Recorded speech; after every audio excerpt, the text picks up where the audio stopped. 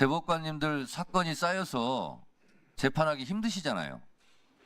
과중한 업무에 노고가 많습니다. 그 노고를 저희 국회에서 덜어드릴게요. 헌법에는 국민 누구나 신속한 재판을 받을 권리가 있다라고 명시되어 있다는 것을 법원행정처장 알고 계시죠? 사건이 많고 대법관은 적고 그래서 많은 국민들이 신속한 재판을 받을 헌법적 권리를 침해받고 있어요. 근데 유독 이재명 대표만 신속하게 재판을 받은 아주 헌법적 특혜를 누리게 하려고 재판관들께서 무지무지 노력하셨어요. 잘하셨어요. 근데 이재명 대표만 신속한 재판을 받을 권리, 헌법적 권리를 보장하기 위해서 노력하셨는데 다른 일반 국민들도 이렇게 9일 만에 대법원에서 재판받을 수 있는 권리를 저희가 드려야 되겠어요. 그러려면 지금에 있는 대법관 수로는 턱없이 부족하죠. 그러니까 대법관을 좀 많이 늘려야 되는 것이 맞지 않습니까? 법원행정처장 어떻게 생각하십니까? 예, 조금 전에 말씀드린 바와 같이 그와 같은 쟁점이 안건으로 회부되면 저희들도 차분히 검토를 자, 해보고. 또 하나 대법관은 신이 아니죠. 그렇습니다. 무오류 있을 수 없죠.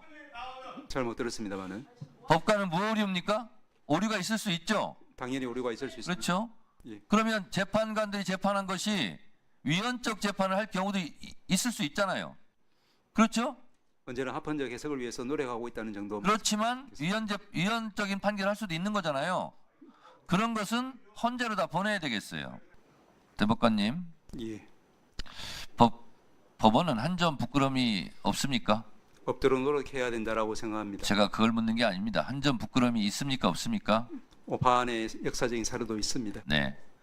입세이는 바람에도 많이 괴로워한 적이 있습니까? 천대호 대법관은? 저를 비롯해서 많은 법관들이 일상적으로 그렇게 하고 있습니다. 네, 그렇습니다. 한 판사의 솔직한 고백을 한번 들어보도록 하겠습니다. 법관들이 언제부터 권력의 눈치를 보지 않고 자유롭게 재판할 수 있게 되었습니까? 1970년대나 80년대에는 검사가 건네주는 쪽지를 보고 독재 정권의 입맛에 맞게 그대로 판결하는 법원이었습니다. 고작해야 1990년대 민주주의를 위하여 자기 한 몸 바쳐온 수없이 많은 사람들 덕분에 이렇게 달라졌습니다. 요즘 진보 성향 판사들이 뭔가 있는 척하며 타는 목마름으로 같은 민중과외를 목청껏 부르는데 그 사람들이 모르는 것이 있어요. 법관들은 민주주의를 위하여 한 일이 없습니다.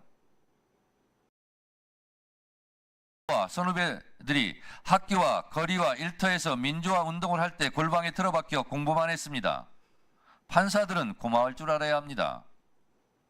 이거 누가 한 말인지 아십니까? 전대엽 처장님, 누가 한 말인지 아십니까? 예, 그와 같은 부분에 대해서 저희들이 누가 한 말인지 아시냐고요? 말씀해 주십시오. 아시냐고 모르시냐고요? 알고 있습니까? 그 내용은 들은 적이 있습니다. 지금 누가 발언을 했는지 조금 생각해 봐야 될 것 같습니다. 문영배 판사가 한 말입니다. 지금 문영배 신드롬이 있을 정도로 국민적 칭송이 자자합니다. 자,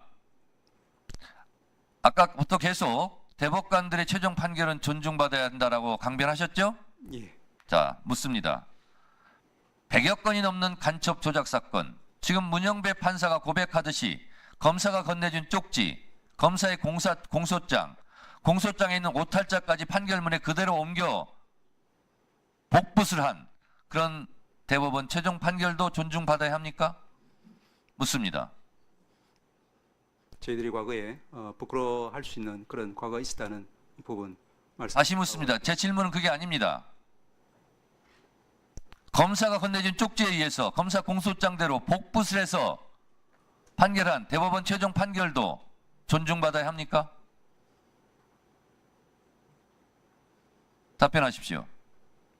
저희들은 지금 이제 그와 같은 과거의 실수를 번복하지 않기 위해서 최선을 다하고 있다. 그 대답이 아니라 그 최종 판결도 존중받아야 합니까? 라고 묻는 겁니다. 모든 판결에 오류의 가능성이 제로다라고. 다시 묻습니다. 간첩 조작 검사가 건네준 공소장 쪽지대로 판결한 대법원 최종 판결을 존중해야 됩니까? 존중하지 않아도 됩니까?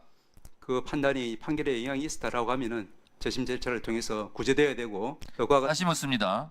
인혁장 최종 대법원 판결 후에 바로 사형당했는데 그 인혁당 대법원 최종 판결을 존중해야 됩니까? 묻습니다.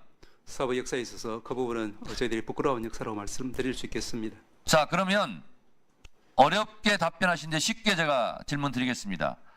인혁당 대법원 최종 판결은 잘된 판결입니까? 잘된 판결이라고 생각하지 않습니다. 그렇죠. 잘못된 판결이죠. 예. 그러면 지금 시간이 흘러서 지금 그렇게 말하지만 그 당시에도 법원 행정처장이 이곳에 와서 물었다면 조작된 간첩 사건 그 최종 판결은 존중받아야 합니다. 인혁당 판결 재판 후에 법사위가 열렸다면 그 판결도 존중받아야 합니다라고 얘기했을 겁니다. 그러나 그 잘못된 대법원 최종 판결에서 목숨을 잃은 그분들은 누가 보상하죠? 어제의 대법원 판결이 인혁당 판결처럼 간첩 조작단 판결처럼 혹시 잘못된 부분은 없지 않은가라고 의심하면 됩니까? 안 됩니까? 모든 판결은 비평의 대상이 되는 것은 그렇습니다. 분명합니다. 법원행정처장은 존중받아야 합니다라고 하지만 거기에 대해서 의심할 권리 있습니까? 없습니까? 비평의 권리가 있다는 말씀 드렸죠. 당연하죠. 그걸 지금 따지고 있는 겁니다. 조희대 대법원장이 12.3 비상계엄 내란 사태 때 재빠르게 속 시원하게 비상계엄에 반대한다는 목소리를 들은 적 없습니다. 내부적으로 한 적 있습니까? 그때 제가 이제 국회에 나와서 그와 같은 취지로 그 위헌성에 대해서 지적. 근데 왜 조희대 대법원장은 어제처럼 용감하게 말을 못하고 비상계엄 때는 걸방에서 이불 쓰고 그러면 했습니까? 서부지법 폭동 사건 때 즉시 대법원장이 한 발언 있습니까? 제가 했던 그 당시 모든 발언이나 행동은 모두 우리 대법원장님과 모든 대법관들의 의사를 반영한 것이라고 아시면 될 것 같습니다. 대법원장은 왜 법원 행정처장 시켜서 그런 일을 하죠? 본인은 입이 없습니까? 12.3 내란 사태 때나 서부지법 폭동 사건 때는 아무 말도 못하다가 이렇게 국민의 참정권 헌법 67조에 보장된 대통령 국민의 투표율에 선출된다는 그 조항을 심각하게 훼손할 수 있는 그런 것은 서슴없이 합니까?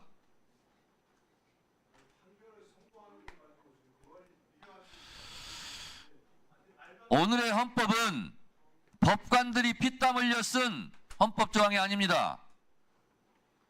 국회 해산권을 없애고 국정 감사권을 부활했고 엄격하게 국가 비상사태는 엄격한 기준을 만든 것은 대한민국 국민들입니다. 법관을 잡아가려고 했어요. 체포하여 가려고 했어요. 그리고 법관을 죽이려고 했어요. 윤석열이. 그 법관의 양심에 따른 재판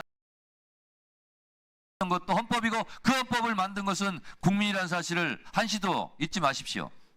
저희들 늘 잊지 않고 존경하고 있습니다.